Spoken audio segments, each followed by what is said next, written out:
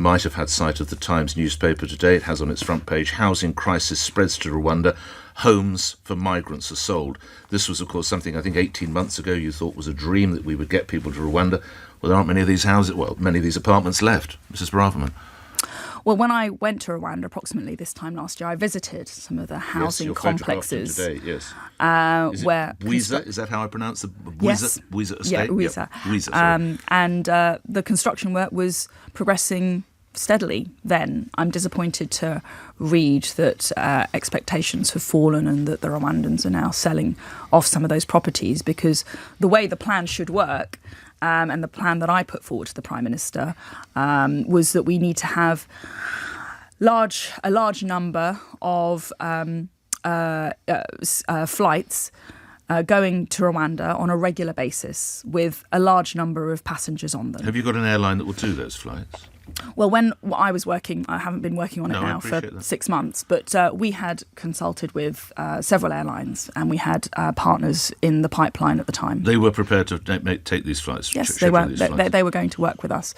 But the point is that I've got a fundamental disagreement with the government on the plan as it stands today. I do believe that we may well get a token flight with a low number of passengers on it to Rwanda. That's not deterrence. The only way we generate a deterrent effect to stop people getting on the boats and coming into the UK illegally is regular flights with hundreds of passengers on those flights being sent to Rwanda on a regular basis. I'm afraid the plan as it stands today won't deliver that. One of those obstacles, of course, is the membership of the ECHR. The Prime Minister hinted last week he was prepared to leave that. Do you imagine the Cabinet would allow that to happen? Do you see that ever happening? Well, listen, I mean, from my own discussions, I've been very... I was calling to leave the ECHR back in 2022. When I was Home Secretary, I was constantly urging the Prime Minister to take bolder action and go further. He did regularly disagree with me on many of the suggestions that I made to him. My view does still stand that ultimately, to regain control of our borders properly and faithfully to the British people, we do need to ultimately leave the European Convention on Human Rights. We do that via Article 58 of the Convention. We have to give 6 months' notice to the Council of Europe, and then we're able to take back control of our laws, take back control of our borders, design a new domestic human rights framework that properly reflects the needs of the British people, but also enables us not to be dictated by a foreign court in Strasbourg. You know him. Do you think Mr Sunak would ever do it? Leave the ECHR? Well, judging from my conversations with him, he never agreed with me on the proposition that I just set out now. What's your view of how he's doing as the Prime Minister and indeed Conservative leader, Mrs Braverman? Listen, it's a very difficult job that he's got on his hands, and I don't envy him. And he's working hard, and he's a diligent man.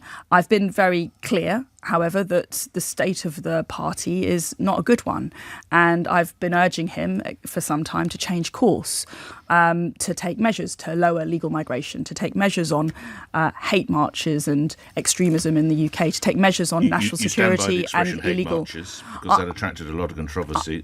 A lot of people are saying they're peace marches, Mr Braverman. I would still maintain that description. When we see unprecedented levels of anti-Semitism, when we see the police turn a blind eye to flagrant racism and hatred on the streets. Well, on that point, can a swastika ever be seen as being used in context? As you might have been out of the country, but there was one demo where a filmmaker made a complaint to a senior police officer, and the officer told her that you have to take the display of a swastika, quote, in context. I don't know the full circumstances. I'm just taking on what you just said there in that narrow circumstance.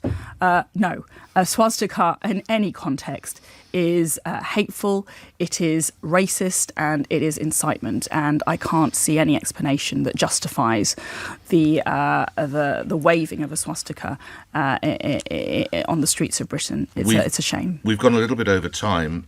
Just lastly, the fate of the Conservative Party at the general election, whenever it might be held. How are they going to fare?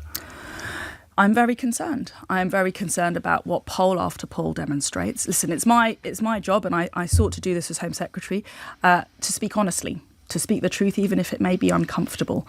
I owe that to the people who've sent me to Parliament, and I owe that to you. And so the honest truth is that we are heading for a defeat, to put it mildly, at the general election. I very much hope that we change course and that we improve the offer to the British people. Ultimately, measures on tax cuts, measures on migration, measures on national security and social cohesion and extremism are insufficient by this government. We need to go further. We need to demonstrate to the British people that we're on their side, that we're serious about stopping the boats, that we're actually serious about curbing unprecedented levels of illegal migration. And unfortunately, we haven't managed to do that. But you were Home Secretary. Why didn't you stop the boats? Well, the reality is, Nick, is that I put forward a plan that would have stopped the boats, and I wasn't allowed to deliver that plan by the whom? Prime Minister. You cannot act unilaterally as a minister in government. You always need cabinet support. You always need the Prime Minister's support. You're a fairly forceful woman. How did he stop you? He's the Prime Minister. He ultimately, the buck stops with the Prime Minister, and ultimately he's the boss. So, how big a defeat are the Conservatives looking at? Listen, I've been very honest about it. Use the word catastrophic. I've got local elections in my area. We've been working very, very hard to maintain control. Conservatives run local authorities very well. They deliver good services. Yes. They keep tax low. Yes. But to the general election, how can I use the word catastrophic? Listen, at the moment, are you staring at catastrophic defeat? At the moment, I'm very, very worried about the prospect of a Labour government. I believe Keir Starmer would undo Brexit. I believe that he would increase migration willingly, not lower it. I believe that he's someone who can't define a woman and prefers to take the knee rather than stand up for British values. I'm horrified by the prospect of a Labour government, and I see it as my job to speak honestly and truthfully to my colleagues and to the country that we must do everything we can in our power to prevent that happening. And lastly, in the aftermath of a catastrophic defeat, would you put yourself forward to be leader of the Conservative Party? Listen, I'm not thinking about any kind of leadership campaign. There is the Prime Minister is in place.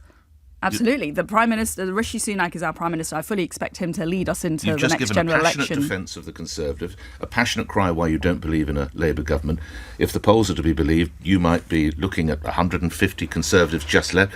They'll be desperately looking for a leader. Surely that's when, if you believe with the passion you've just displayed, that's when you step forward, Mrs. Braverman. I am very passionate about serving my country. I'm doing my job. I've been elected by the good people of Fareham to be a spokesman for them, to stand up for British values, to fight Labour, and to ensure that we control our borders, make the best of Brexit, ensure that we are the party of law and order, that our streets are safe, and that we have a country of which we can be proud. That's what I'm doing. That's my day job.